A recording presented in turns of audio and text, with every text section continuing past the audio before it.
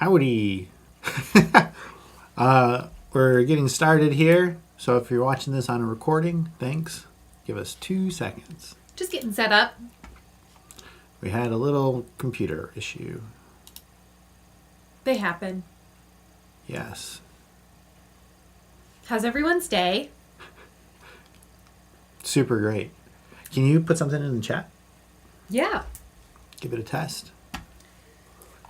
I think we're good. Sure. I see us. Did you get the alerts? I haven't yet. How's everyone's Yep. day? Test works. Hooray! Okay, that's a lot better. Yes. I see it. Yay. Hi, Jameson. Hey, Jameson. All right. Test 2. Thanks, Tim. Oh, wow. Everybody's here. The whole gang. Yeah, it shows 5 viewers. Wow. All right, let me put this in the tweet, in the feed thing, while Julie talks about what we're going to do here. Yeah, so I'm still tired of painting. So instead of doing a painting stream again, we just wanted to talk about our experience at conventions, what we liked about them, what we miss about them, because obviously we haven't been to one at all in 2020. So just chatting a little bit about what we liked about conventions, what we look forward to about them every year, and what we don't look forward to, but without being dramatic necessarily. So if you've been to a convention, you don't have to say the name of it if you don't want to give away your location, but feel free to drop it in the chat. Would love to hear about your experiences too. There we go. Okay, we're out there. Hi, Dee. Hi. Okay, thanks for your patience. Let's switch this over to, I don't know. What do we want down here? Nothing. Give me something cool. Boom. We're going to look at the purple T-Rex. Yeah. Okay. Thanks. I don't know how to make the ticker reset. We'll get this figured out someday and act like professionals. So, in the meantime, we switched sides Yeah. so you can see the chat now. I'm glad. Yeah, I couldn't see it last stream. We were too at far all, away. So I had bad eyes. Yeah, so before we jump in, everybody, we're trying to get up to 300 subscribers before the end of the day tomorrow. So for 2020, we're at like 285, something like that. If you know anybody, get them over here, get them to subscribe. If you haven't already, please do, but we'll figure it out. So, conventions. I like them. I'm neutral. I like going to the conventions and experiencing the culture Sure. of D&D Yeah. and mini painting, but I also hate going to conventions because I experience some bad parts of the culture of D&D. Yeah. Yeah. Those are generally my thoughts. I like the conventions where we have to stay at a hotel because that's like a little vacation. Yes. Conventions are the only time that we stay in hotels. So Yeah. that's, a little something nice. The hotels are a thing for a reason. They're a pleasant place to be. So I like that. I dislike the smell, Yeah. especially after the first day. Whoa. Why did Britney Spears popped up on the screen? Oh, she picked a GIF. I didn't see Britney Spears. Thanks, Dee. Yeah, you when you do it, you can put a GIF, and I guess it was Britney Spears. I missed it. You're toxic. I'm slipping under. Yeah, Toxic is one of the best songs. I agree. Yeah. I'm super duper hot. I'm going to turn on Thank this you. foot. Thank you very much. We appreciate Unnecessary, that. but appreciated. Yes. Thank you. Thank you. I'm going to turn this fan on. Give me 1 sec. Sure. I also like at conventions, as a person who doesn't like people in general, I consider myself very lucky to have kind of randomly stumbled into a group of D&D, like our core Sunday group that we played with for so long, that they're people that we all like, and that felt very lucky. I know that most people in the universe I don't like. That's just who I am as a person, and I'm not going to apologize for that. So when I'm at any public event, D&D convention, Kroger, it doesn't matter. I'm going to interact with people that I just can't stand. So that's always a struggle for me, especially as someone who works from home, plays D&D with a group of people I know and like and care about, and doesn't have to interact with anybody who I don't really like. So Yeah. So one of my favorite things about being at the conventions is playing the games. yeah. usually they're Adventurers Leagues game. So you've got the Adventurer League rules and everything that goes along with that, which can be quite a bit if you're not already in the AL world. Yeah. Doing the epics, which are games where you have multiple tables that all work together to the same goal in like one big mission, and those are a lot of fun. But sometimes you can get a little robotic with those because you're all 50 or 100 or whatever people are all working together, literally in the same time in the same 4-hour slot to fend off the pirates or whatever. So you don't really get to role play a lot. You don't really get to experience your characters. You're running through the mission. Yeah. You're running through the quest, which is fun. But if you're not already expecting that, it can really throw somebody off. Yeah. Especially when you're doing those tier 1 modules, so like level 1. So literally first time players, they can get in there and it's kind of on rails compared to a normal game. It's an atypical experience, definitely. And what we were talking about on our last stream about being able to play a character for a long time and get comfortable with them and know their quirks and really develop their storyline through a party, there's no opportunity for that in an epic. Right. I've played a couple of epics and it's the things that I don't like about D&D. I don't like time limits. I don't like stressful situations. I don't like pass-fail opportunities. I don't like being in competition with other tables.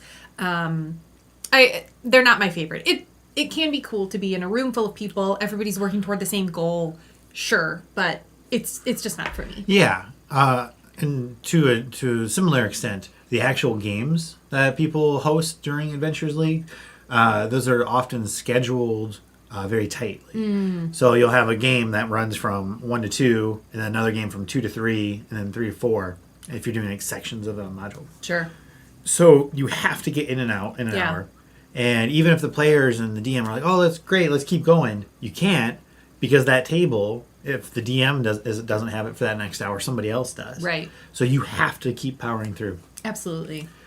And with people at a convention, the people that come to a convention, on a whole, I think are the people that are most invested in D&D. That are the most like, yeah. They paid to go somewhere. They probably traveled. Yeah. I mean, that's us. Yeah, absolutely. That's us. Yeah.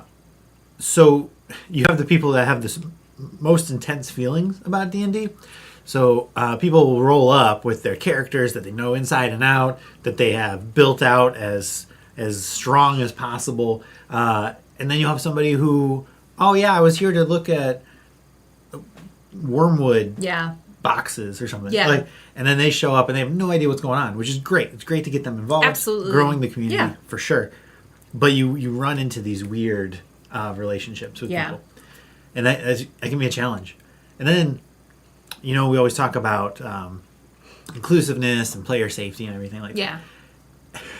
And so when you're at these games, you might have people that you know. You might have friends.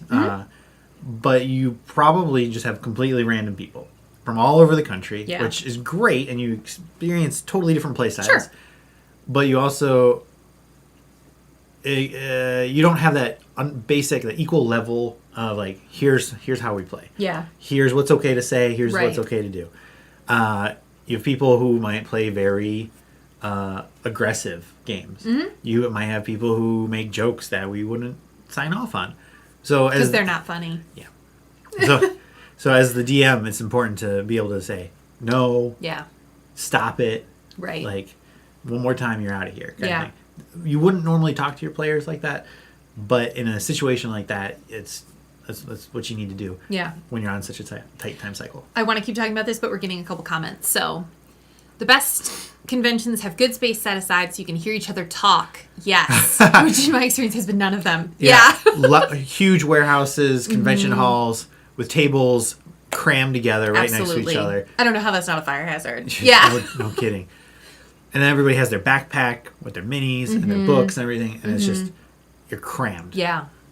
And not being able to hear other players who you don't know very well, who you're trying to do something together as a group of people who are disjointed. It's terrible. It's really, really hard. Great point.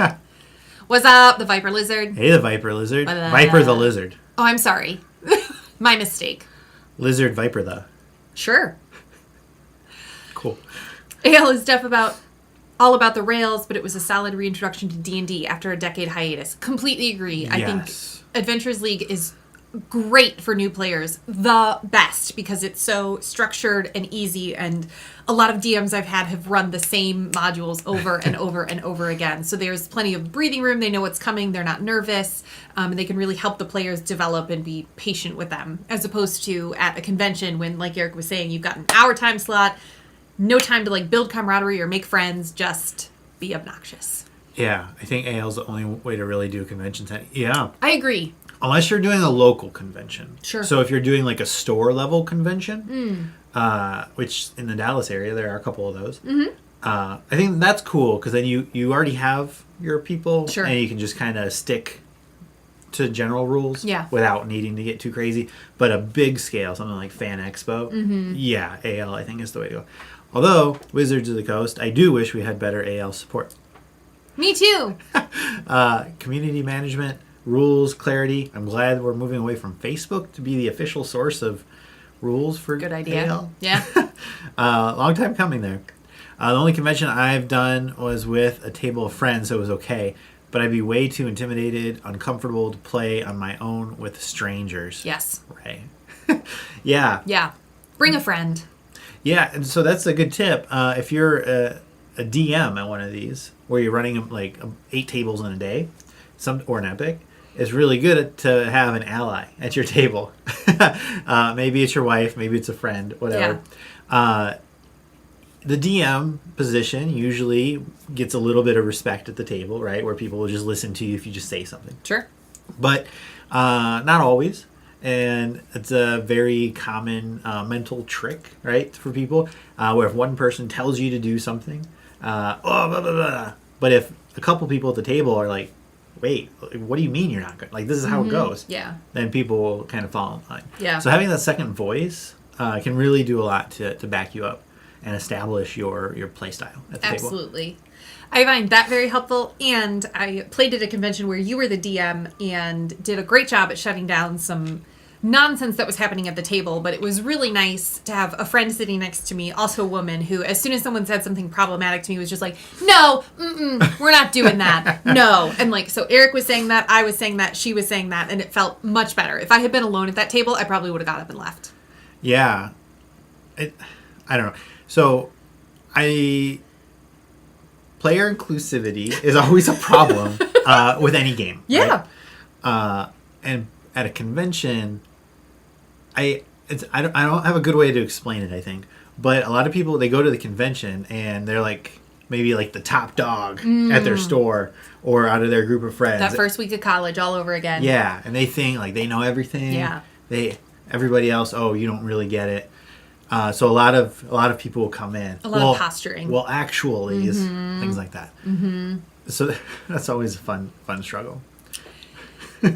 It's tough, and it, as a person who doesn't like a lot of people, doesn't like leaving the house all that much, except for like hanging out with people I know and already like. Conventions are really hard. I would never go to one by myself, and often there's one that we go to every year that I try not to leave the hotel room, except for meals. They have a pretty good food truck lineup there, which I appreciate. But just walking around on the floor can feel really uncomfortable, and I'm not kidding about the smell the second day of a convention. It's awful. Yeah. But there's never a line for the women's bathroom. I find that pleasant. Yeah. So con crud is a very real phenomenon. This is not a D&D specific thing. No, I'm sure it's not. You've got a lot of people who are coming to an event. They're maybe staying at the hotel, maybe staying somewhere nearby. Maybe staying on the cot on the floor of someone else's hotel room. Yeah. Maybe they didn't bring enough clothes. Sure. Maybe they're wearing a really awesome costume, but they sweat in it all day and they wear it the next day. Maybe they have pets and there's a strong pet smell. Yes. Stuff like that sticks and it adds up when you're talking about hundreds of people trapped in one big room. Especially people who play overnight, like conventions that run 24 hours a day. So you've just got a lot going on. Yeah, and that happens. All-night games. Absolutely. Yeah. So people literally play 48 hours straight. Yeah. Which is super fun, and it's like a cool event, but it gets weird. Yeah. I value sleep way too much to ever do something that bold. I will say one time I stayed late at a convention, Uh-huh. and I'll do a little shout out for this one guy who gave me a ride home. Oh, nice. Yeah, that was nice. Yeah. I didn't have to come get you in the middle of the night. Yeah. I appreciated that. Yeah, that was cool. Yeah. Canned food is always way too much. Hit or miss. Yeah, it's just like when you go to anything, like Yeah. any big event, like a fair or whatever. Yeah. You're gonna pay for it for the convenience. So if you can bring food in, cool. If you can't, just plan on the budget. Yeah. Uh, The one convention that we go to has food trucks every year, and I always appreciate that because it's not hotel food. It's not just like boxed sandwiches and potato chips. There's some good variety there. And as a person who is along for the hotel ride and otherwise doesn't leave the hotel room, I can go pick up food, which is always quite convenient. So having,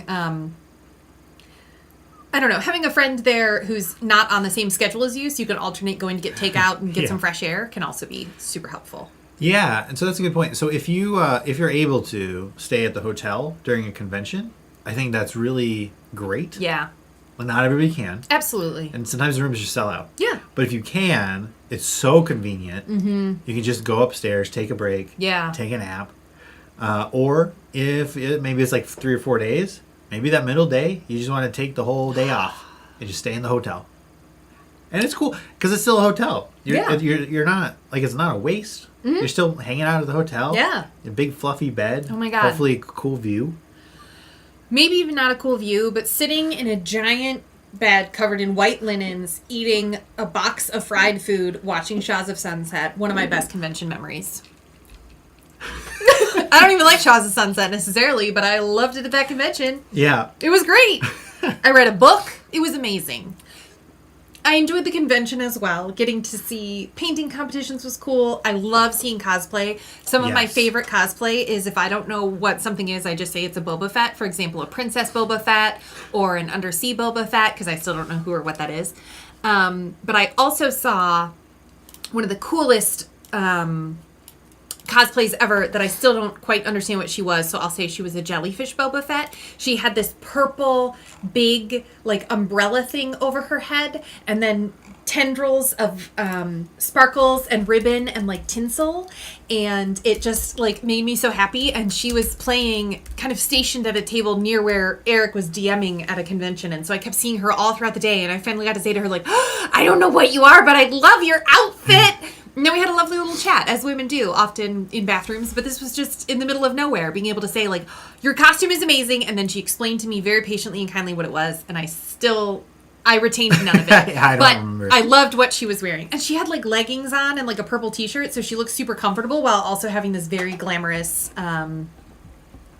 jellyfish accoutrement. It was lovely. What's the best cosplay you've seen? Huh? I don't know. I like to do a little bit of cosplay, not full costume or anything, but depending on the type of convention, maybe wearing like your old timey clothes, or like I don't know. I have that puffy shirt, like Seinfeld style. Yeah. Things like that, like a little bit of fun. Maybe a belt. Sure. I've got a really cool, cool to me, I guess. Cool to you. That's Cool an to important me. disclaimer. Like belt pouch. It's like leather. I got it at a convention. And so you keep dice in there, keep like maybe a rolled or folded up character sheet. Sure. Just something so you never know when you're gonna need to hop on a table and play. A tactical pouch. Tactical pouch. Yeah.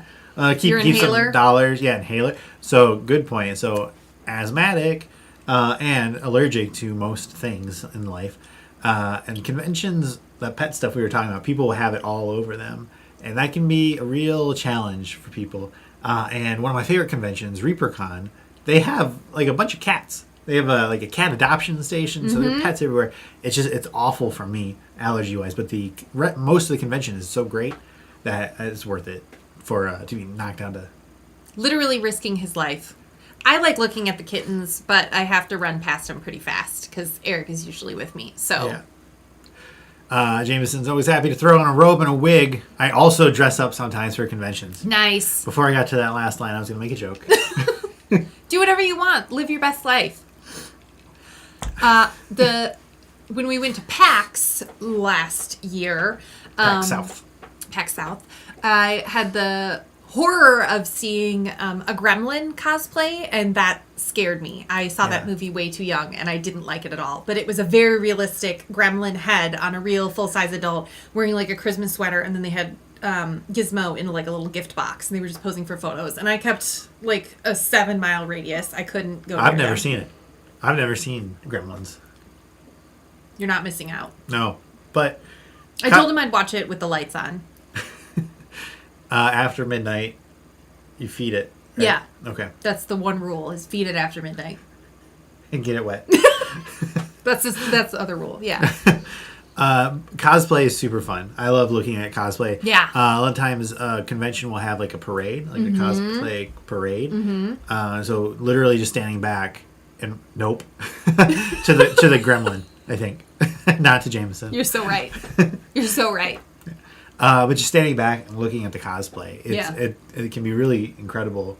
A lot of like just high quality, like work. Yeah. But also people care about their cosplay. Yes. It's like a thing that people really get into, and it really, really shows. So I'm always impressed by just some of the cosplay stuff. Yes. And you see like the craziest stuff too. Like you'll see like a Boba Fett, but then you also see a Princess Boba Fett. Yeah, like people mix and match stuff all Kitty the time. cat Boba Fett. We when we lived in Chicago, we used to go to C2E2, which was like a Chicago Comic Con, like their local version, and we would wear costumes.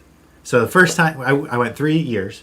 The first year I went with a buddy, Kevin, and we just showed up and it was cool, and we got some cool pictures. Second year we went dressed as Star Trek people because we were super awesome. They were the J.J. Abrams the Kelvin timeline uniforms, though, because they were really cheap. But that was a lot of fun. Yeah. But then our third year and our last year before we moved, we did the craziest costumes we've ever done. We went Marvel Comics. I was the Lizard, so Dr. Kurt Connors. Viper the Lizard. Yeah, Viper the Lizard. We're cousins. And I made like a tail that was like a belt. It was super cool. Yeah. We got to go to some Marvel panels where we could hear some artists and everybody speak. And I got to hear from, I'm forgetting his name right now. I'm really embarrassed. But the guy who wrote the whole thing where Dr. Octopus took over Spider-Man's head. That guy. A lot of people hate him. A lot of people like him. But we got to meet him, and we took a picture together in the hallway. He was short and a little bit bald, if that helps you. He was white. He had a beard. Yeah, super cool. But as much fun as I had, and I couldn't see through the costume. We had gloves and everything. The best part was Julie's costume. I was Craven the Hunter, which was super cool because I put on my first pair of leggings. At that point, I didn't exercise. I still don't. So I had to like seek out a leopard print or cheetah, I don't remember, pair of leggings. And I found some in the children's section at Target that fit. And so just walking around in leggings and or stretchy pants was like a dream come true. We had I bought a lion mask and like cut it in half and then put that on a vest that we made, and I just wore my Toms because they were comfortable. It was convenient and it was easy, and it was a lot of fun. And I think what I really love about cosplay, which wasn't an issue for us because people didn't think we were like the real characters, but when someone in a really great Spider-Man or Darth Vader or other excellent cosplay, like when a little kid sees them and just gets starstruck, it's so exciting. And especially to see, like, if you're going to go through the effort to be in a costume, more often than not, you're going to high five a little kid. And like to see just the sense of awe and wonder on these silly little people who are just like, I met Spider-Man today. Yeah. And to see a full grown adult who doesn't know them just like pound it, amazing. That delights me. Sitting and people watching at conventions can be pretty fun.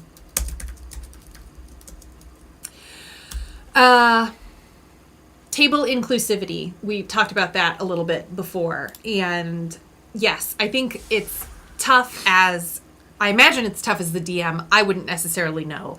But to not be able to set out those ground rules at the start of your game because you're on such a tight time clock, because you don't know the mood or attitude of the people at the table, because you want to be welcoming to the new folks but catering to the pros who have maybe run this module a couple times before. Like, I don't envy that, and that's so not that's the opposite of what is so important to you as a DM and what you talk about so often, and being able to create a good space. And it can just kill a mood when a player says something or does something really inappropriate, and the DM just has to like, nope, you're out. Yeah. Get out. Yeah, because just with the nature of it, you can't do like a session 0. You can't establish boundaries. And you can have... I've seen some people do like a printout and like a folded card at their table saying, which is like high level, here are some guidelines to play at this table. But also, like, you got to just be able to kick people out if they're really being... Now, unless it's something extreme, I probably wouldn't, oh, you're out, first shot. Yeah. Be like, hey, by the way, don't do that again, blah, blah. Yeah. But you can still spend 30 seconds at the start to establish some high-level talk. I don't know.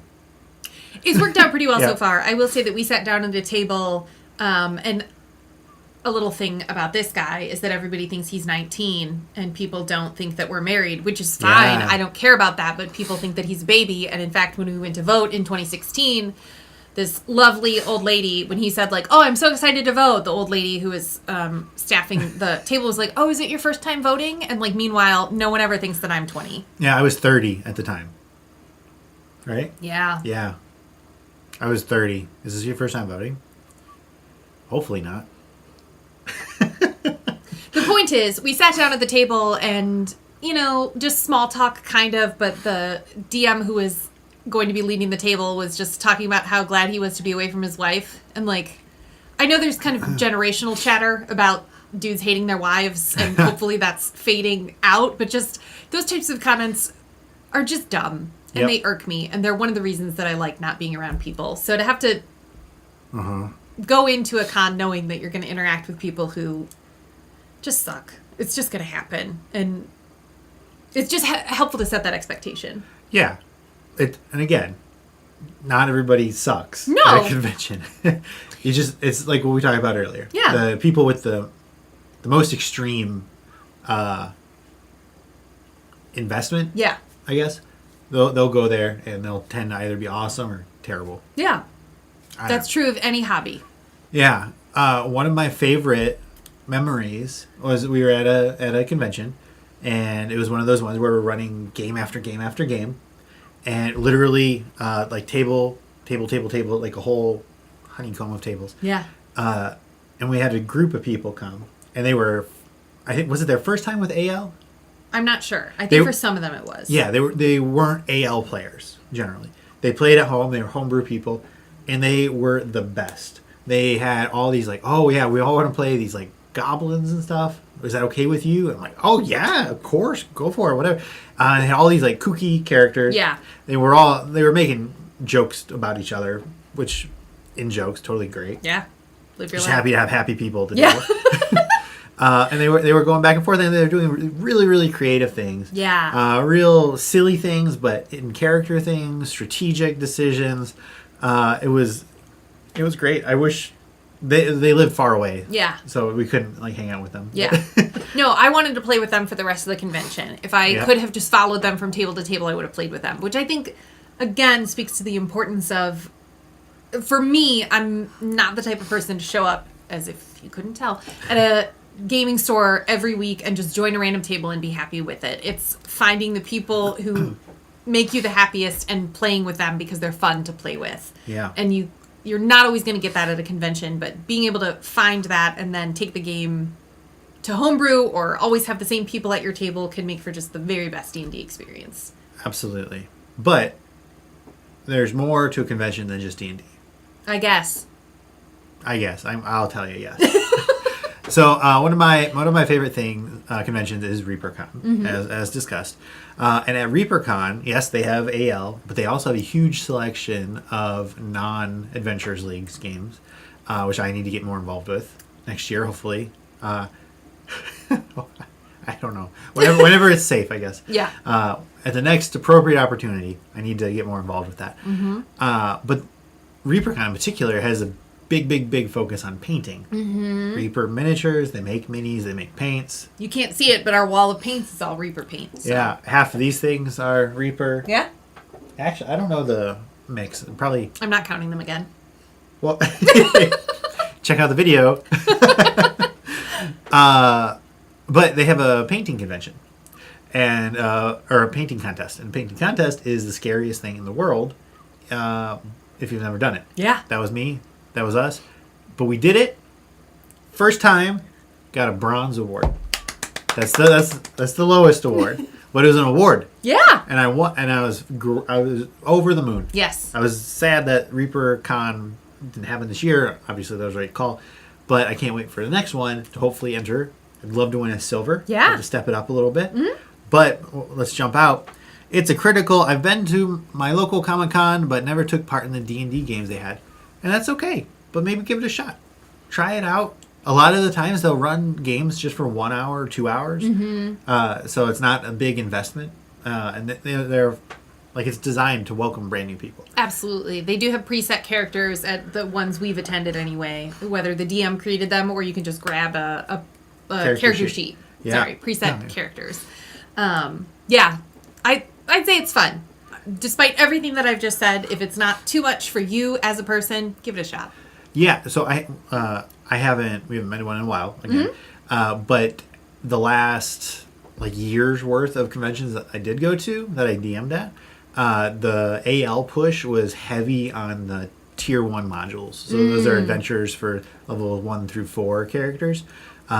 Designed so if there were 10 games, 9 of them were tier 1. Yeah. That way they can get in as many new people as possible. So it would be perfect for somebody that's never played one to just hop in, give it a shot. Yeah. Literally an hour. Plus, it's better to go in expecting to play a new character because there is such a small amount of the higher tiers that those games fill up really fast, sell out really fast. So. Yeah. But also, stick around for those because they're usually some people who are a little more experienced with the game who will run ad hoc games. Yeah. Oh, hey, yeah, we got 6 people. Yeah, let's do it. And those are the games that are usually the 2 a.m. games. But those are also the most fun because they're the silliest. I wouldn't know. I know. I value sleep way too much. Yeah. But anyway, so painting. At ReaperCon, you can go. They have painting classes, painting lessons you can sign up for. All the minis and paints and everything are, of course, on sale. The people that are Reaper, so the people on their live stream, Local celebs. Yeah, local celebs. They're there. You can talk to them. The owners, everybody's there. It's really, really cool. It's a cool experience. But enter the painting competition. At least at Reaper, it's totally free. Yeah. You don't pay anything. You just do a little write-up about your person, your character, your mini, whatever. You pick a category, you submit it. You wait a day or two. You submit it on the Friday, and then they announce the winners on Sunday or whatever. Give it a shot. I really enjoy that too because all of the entries are on display. So you can just kind of walk around and look at a gallery of not amateur, but every level of painting experience. I've seen ones that were painted by 5-year-olds, which are delightful, and pros that are beyond anything that I could ever even begin to comprehend how anything could be that awesome. So yeah. All levels are incredible. And at the last ReaperCon that we went to, I saw someone took one of their paint bottles and put an eyeball on it and eyelashes. Yeah. Which inspired me. Made the paint into a mini. Yeah. Or a mimic kind of thing. Yeah. It was awesome. You're right about the different levels. Yeah. So if you ever want to be humbled, yes, go to one of these where you've got a wild assortment of people. Yeah. I would say I'm above average compared to a typical D&D person. Yeah. I am not a world-class painter. No, he's not. No. I am far from it. And when you go to these conventions and you see some of these minis that are just absurd, they're so great. Yeah. It just blows your mind Yes. seeing it in person. Pictures online are great and you can get an idea, but in person, there's just it's like going to a movie theater or watching it on your TV. There's just something special about it. WW84. Yeah. Real quick though, it's a critical. What is your favorite mini that I have? Oh, I'm gonna get it. My favorite. So minisgallery.com is a really cool website. I like it a lot. And over there we talk about minis and whatnot, and they're doing a contest or a voting thing and that question was just posed. And my favorite pre-painted 2020 mini. Did you grab the arm? Yes. Or the dragon? Can I hold it by its neck? Yeah. So for pre-painted would be the Chardelin dragon, because this thing is massive, and for its size, the price was pretty good. It's this huge robot dragon, but it's not a robot, but it looks like a robot. Mm-hmm. Absolutely amazing, the Chardelin dragon. And Julie? I have chosen 3 because I won't stop at one. This one is my favorite because Eric has 2 of these Here we can switch. autos. And it's a fairy dragon. There you go. Yeah. So he has 2, and he let me put false eyelashes on this one. So it's my favorite because, again, I got to put some eyelashes on her like a very beautiful drag queen. He did not paint that one. That came pre-painted. All 3 of these did. This is a newer one that Eric has an unboxing video of, and I just love it. It's a emissary of Perforos? Sure. And I just think like the glitter embedded in the plastic is beautiful and super cool and amazing. And third, this is a new one, and I think it's terrifying, but I love it. This is the kind of like nightmare fodder. I played the Fable game series, at least Fable 2 and Fable 3. And in Fable 3, you face like this blackness as a monster, darkness and kind of all that entails. And this looks like something out of the Fable series. And it's not, I mean, it's got these creepy little blue eyes, but it's not gory or like melting flesh or flesh stitched together or other things that just gross me out. It's just scary. And I think that's super cool. Oh, one more. Nope, I can't find it. All right. Well. And then we broke the desk. And then we broke the desk. This is, where are we? I'm so far over. Strong Taurus energy from the sparkly ball. This is a pirate. This is a WizKids pirate that I painted. You did a great job. I really love the base on it. Yeah. I think the paint job, the blue beard, I think is really fun and kind of silly. Yeah. This one just, it stands out to me. Yeah. I like that one a lot. It's no sparkly bowl, but it's good. What's Taurus energy mean? Tauruses they're part of the zodiac calendar, as you may imagine, and they're bullheaded and strong and think that they're really great. I believe that they're self-confident and they're just represented by a bull. And yeah, thick-headed, as you can imagine. I'm a Virgo? Yeah. All right, let's switch back. Eric also let me put fake eyelashes on a beholder that he had a duplicate of, and I don't know where it is, but that one was really great too. You can tell why I like. Look how pretty! Like, look at that full lash. And in fact, this isn't a lash band. This is like a customized set that I did of several individual lashes, in addition to a set that I cut apart. So. Again, real drag queen energy, and it's my favorite because it has an eyelash. Just like how my favorite movie is Clueless, not because it's the best movie I've ever seen or cinematically whatever, but because I love it. That's the end. Who else customizes their minis with non-mini stuff? Yeah! All right. Fake eyelashes add so much, and unfortunately the people-sized minis are just too little. I mean, even on like a Trixie Mattel scale, they're just too little. The Beholder rocks. The Beholder is pretty cool. That's the Beholder zombie pre-painted WizKids. Mm-hmm. He's just gonna hang out. Lash buddies. Wow. Well, we've got nothing else up there. So. Yeah, may as well. We had just the T-Rex. A little more on painting. Yeah. So the D&D community is great. But, I mean, let's be real. Sometimes the D&D community can be a little critical of other people in the D&D community. Like any community. Like any community.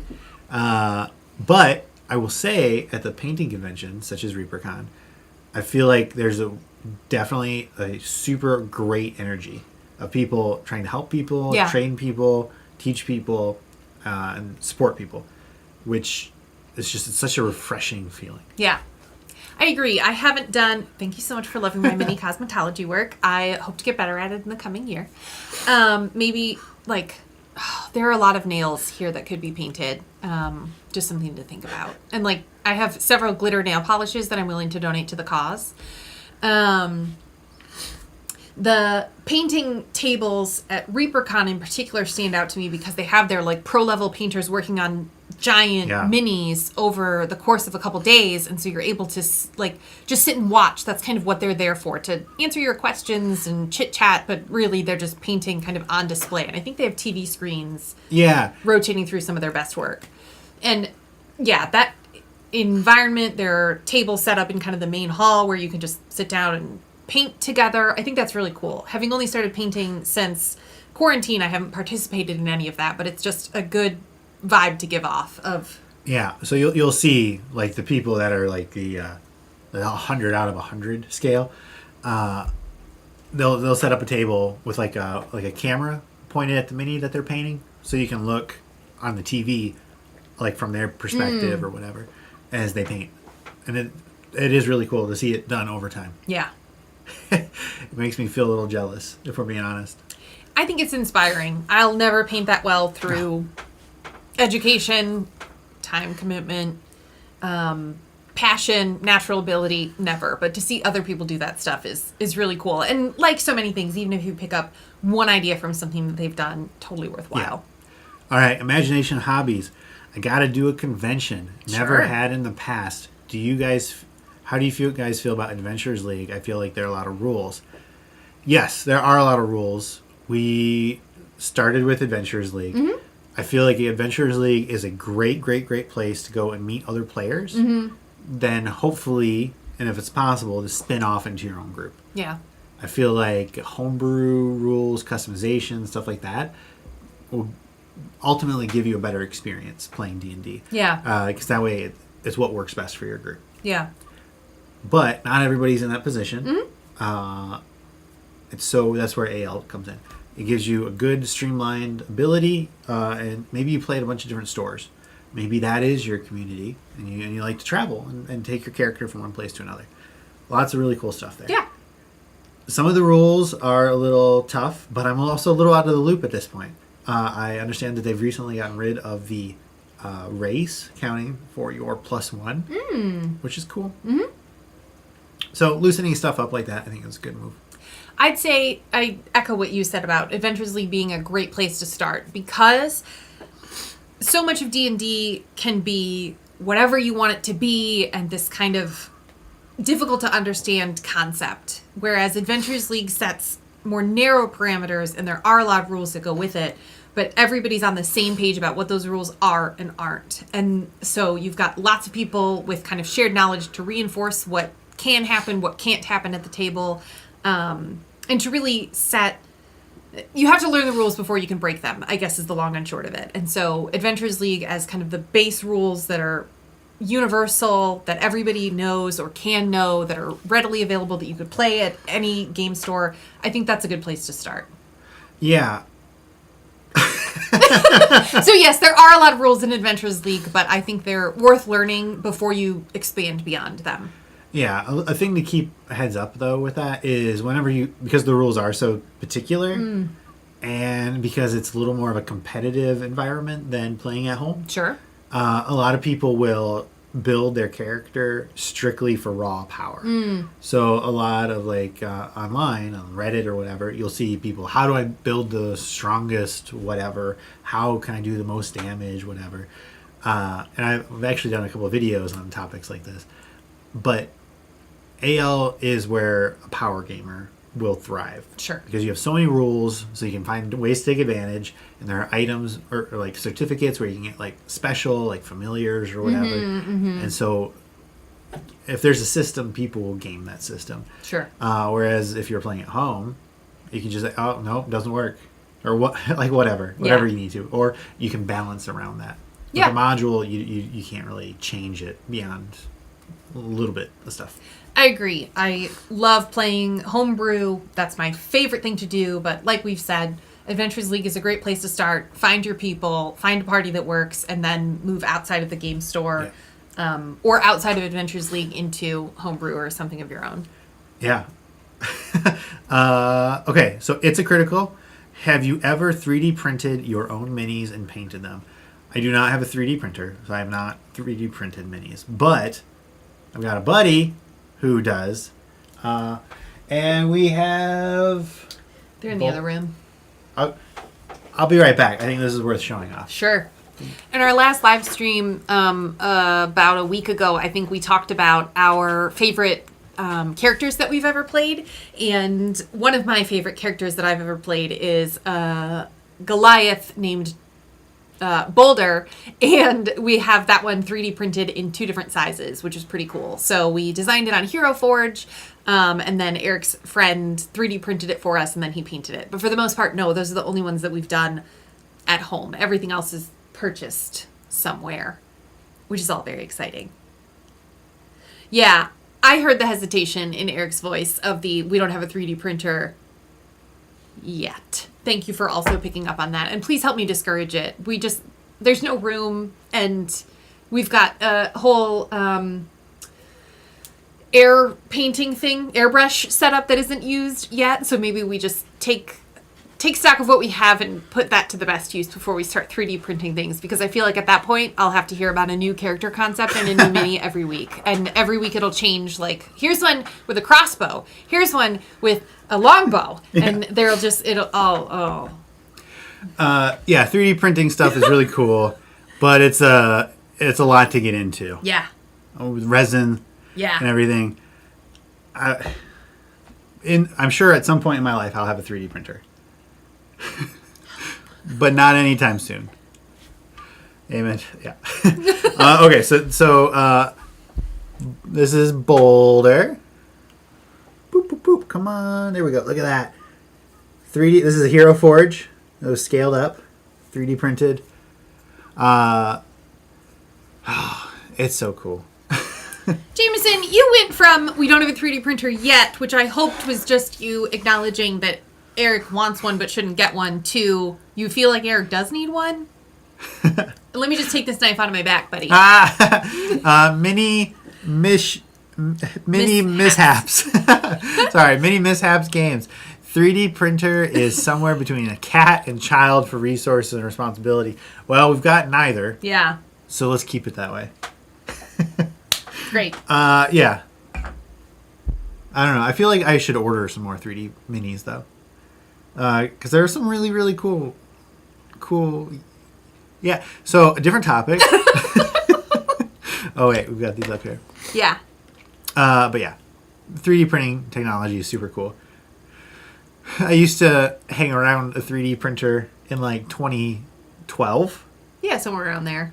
And at the time, it was crazy. Yeah. Just making like a nameplate or something. It was like, what? What? You need to watch it. Yeah. That was so cool. Nowadays, it's like a horse versus a car in quality. Car versus horse, probably. But it doesn't matter. I think you can start with one of those like Crayola pens. I almost got some of those for the nephews. Where you just like build something out of one line at a time. You can start with that. Definitely not doing that. Okay, so let's see. We prepared a very short list of a couple things we wanted to talk about. This is a side note. So at these conventions, and this might be spicy. At these conventions, it's not just D&D. Yeah. It's not just painting. Mm-hmm. There are other games. There's like Warhammer, board games, all sorts of stuff. Cool, really, really cool games. Stuff. Yeah. So, not the spicy part, but go look around those. Yeah. Just take a look, see what other people are into. Maybe it sounds interesting to you and you want to like switch over. Mm-hmm. Take a look. But the spicy part, I hate, and I get that it's a game, and I get that it's not actually supporting anything, but I hate all, like, you'll see like Nazi flags and German stuff of like, for like World War II games, World War I games. I don't need that. I saw a Nazi flag hanging at a convention, and I couldn't understand why it wasn't just ripped down. Yeah. And it was... Especially now. Yeah. It's for, like, it was clearly for the game. Yeah, they had a bunch of World War II stuff around, but they weren't selling the Nazi flag, which... Yeah, it was like set dressing, basically. Yeah, it was set dressing. I don't need it. No. Put that away. And burn it. There's your spicy take. I don't like Nazis. Yeah.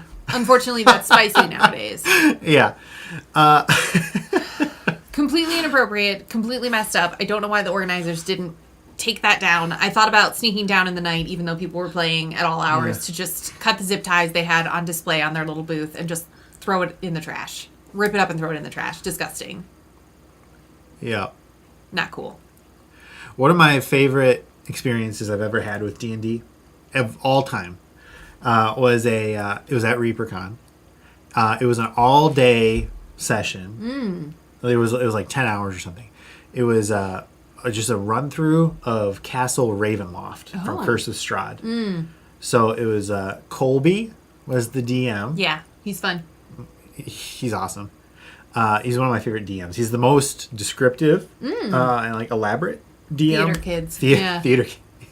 Yeah. Of all time. And, Yeah. And it was a lot of the people I think were his buddies. Some people I knew from the local stores, and we just did the whole thing straight through. It was such a cool thing. There was a luck blade that one of them used a wish to get rid of Strahd's armor. It was like so cool. Yeah. And it turns out that whatever, super cool. My allergies were so bad though. Yes. Luckily, we were at the table right by the bathroom. I was running away from the table every 90 seconds to go sneeze blood. Yeah, but like something like that. You're probably not going to get at your regular group. Yeah. Because you'll probably like schedule that out between a couple sessions if you're going to do something like that. People come and go, commitments, stuff like that. Yeah. But just have it's like an event. Yeah. I think that's a really great point twofold. One, even when I would go to like a work conference that was all about email marketing or something, you just get, when you're so immersed in something, it's a completely different experience than watching 10 webinars over 10 weeks. Yes. Like it's just more exciting. You're surrounded by that kind of energy and it's really cool. And I do appreciate that about conventions. Secondarily, for as much as I don't like people, sometimes the coolest stuff happens. I remember that group from wherever who was so fun and like I said something and then it just like became a thing at the table and they all had their inside jokes as you were talking about, like delightful. And you play it with some really experienced, creative, incredible people. And I think the best parts of D&D are one, having fun, and two, just seeing like the weird stuff that people come up with that's creative that you can bring to your next campaign that's just exciting. And it sounds like that's what you were loving about it. I had at that convention, that character of mine had just gotten a bag of tricks. Oh. Yeah. And so we were fighting Strahd, who's the vampire lord of the whole area. He's the big boss kind of guy. And we were in a tower, and I was an archer character. And so I was backing up the stairs in this spiral as we were fighting some werewolves. So I was trying to like shoot down on them. But I accidentally got too close to the ceiling of that, which I didn't realize there was a latch. And up in there, that's where Strahd was. So I'm like, no way can I fight this guy. So I try to back away. So I reach into my my bag of tricks, and I'm like, I could get an elk or something big. Maybe I could throw it at him. Yeah. Or slow him down so I can get past. Elk. I reach in and I throw the little fuzzy thing, and a rat. A rat flies out. One of the least helpful things you could get out of a bag of tricks. Yeah, and he described it as it hits his chest and just falls out. It was really great. I very much, and this is a callback to Gremlins, I very much love the idea of throwing a little fur ball at somebody and it just becomes an elk and crushes them. That delights me. Yeah, Monkey Mind Tabletop. That's the local D&D group that put that on. Super cool. I think they're still going. I don't know. Wouldn't know. Okay, so I think we've got 5 minutes left. Does anybody have any convention topic or memory or anything you want to share? We'd love to hear it. I know we've been rambling on for a while. It's one of my favorite things to do. That's why we're here, right? Yeah. Appreciate y'all hanging out. Yes, thank you for clicking in. Other convention stories. What I thought was interesting is when we went to a couple cons pretty close together, we would see people who I had only ever seen at other conventions, and they also felt like local celebrities, which I don't actually care about, but it was just a jarring experience of like, oh, wait, you're like a D&D person. Like, yeah. I don't see you in our store or any place around that, but like, Hey, I've seen you before. That's a great point. Because if you're the DM at a convention or just at like stores, celebrity's not the right word. It's not.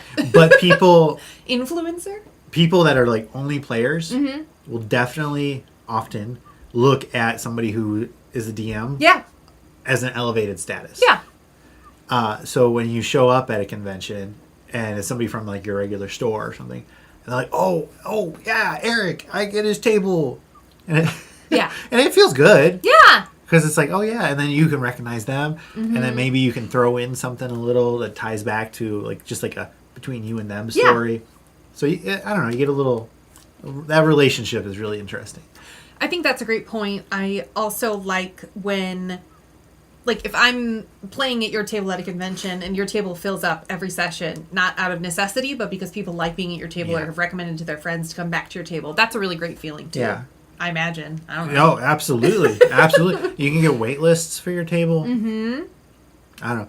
Sometimes, though, a convention will limit the players at a table to, like, 4 or something to keep it moving a little quick. Yeah. Which makes sense, but it can also be a little challenging. Or they won't let somebody sign up for your table, like, 2 games in a row. Which then we're just like, oh... Well, I'm doing it anyway. Yeah, like I'm not a rule breaker by trade, but if you want me to DM, she's gonna be. I'm gonna hang out because the hotel's a long walk back. And I'm not doing that. I think it's fun. I have a good time at conventions. Don't like to think of myself as a negative person. I just want to be very clear how much I don't like people, and I don't expect to make best friends everywhere I go. So, like, take that for what it is. And your point earlier about being like staying in the hotel where the convention is so helpful, because if you want to take a break or just need some time to yourself or someplace to dump all of your awesome swag, like having your room there or your car, if it's not the middle of summer in Texas and you can't sit in your car without dying, like having a place to just kind of decompress is really, really helpful. Yeah. The swag, I want to cover that real quick. Shopping. Yeah. So lots of cool vendors, lots of really like stuff you don't normally see, like that leather bag that I bought. Yep. We saw some really cool like dice trays that were handmade and leather stuff. Yeah, a lot of like Wormwood and then similar companies. They'll bring their booths. Mm-hmm. You can meet people, see their cool stuff. You'll see. I don't know. This might not be very cool of me, but I like those kind of things, those small businesses. But then you'll see people who have like, oh, here are 400 pops, Funko Pops. Okay. Yeah. Fandom. It's not D&D, it's fandom stuff. Get your hustle. I get it. But I don't like if you go to a big convention like C2E2 or something like that, where it's not just a D&D convention, okay. A little bit of everything. And you have 1,000 vendors. Sure. Great. But when you go to a local one like Lone Star, where they've got 30 vendors and 10 of them are just selling Funkos. It's kind of weird. Yeah, okay. I really like the Extra Life charity convention I went to. They had a silent auction for charity while I was there. Good point, Jameson. Love it. Yeah, so a lot of AL Adventurers League conventions partner with Extra Life, and non-AL stuff too. Extra Life is like a kids hospital fundraiser kind of thing, something like that. Helps the kids. That's what it is. I don't know. And so they'll do like where like with AL, you can, if you donate $5 or $100 or whatever, you might get a custom certificate. Mm-hmm. Like I did some of those where you donate like $20 and one of the official like game people would make a familiar for you. Like I got an orange cat. There was something about an orange cat, and I got a little certificate about an orange cat. yeah. And so, at the conventions, they'll have, like, convention exclusive certificates like that, where you can, like, trade. I forget what it's called. Jameson, help me out. What's the name of the trader, the vendor? Whatever. And you go, but you could get custom stuff, too, with these auctions. Mm-hmm. Like, I had a goblin wizard who had a slime, an Ooblex is what it actually was. Ooh, as a familiar. It was really cool. It was just like neat stuff like that. those are great too because for charity versions we did an Extra Life as well, and you get $1 rerolls. Oh, yeah. Whew. We had to stop and get cash on the way, and we got some cash, and I was like, $20 will be more than enough. But when you can pay $1 for a reroll to like not miss something, especially during an epic, which I think is what I'm remembering, Yeah. like we burned through that 20 pretty quick. Oh, yeah. It was a rough day for rolls, I'll say that. But that's a great way to experience a feign.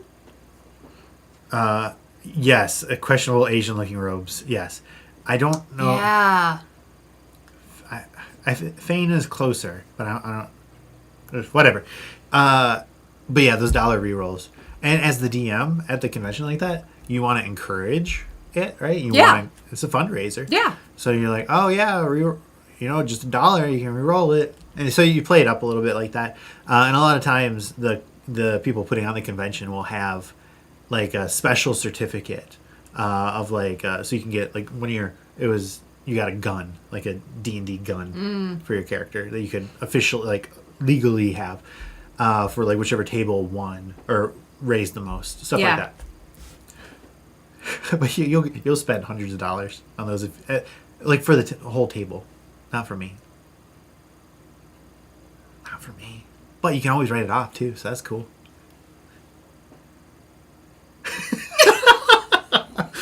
All right. Anything else? No, go to a convention when it's safe to go to conventions again. It's worth it. Enjoy the cosplay. Be a good person. If you're in Dallas, hit us up. The end.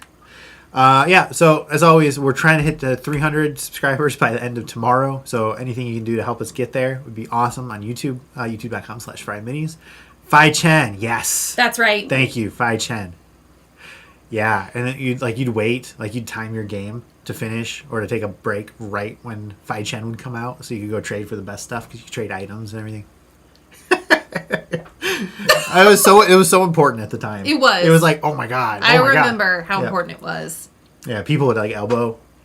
So please subscribe if you haven't already. I think most of you probably have. Yeah. So thank you. Any Patreon support is super great. Patreon.com/FryMinis. Thank you to everybody that already is. This is huge and is amazing. I'm thrilled to have you all. Yeah. Whew. Thanks for hanging out. Yeah. Loved all the comments. Happy New Year. Even the ones that stabbed me in the back. Jameson.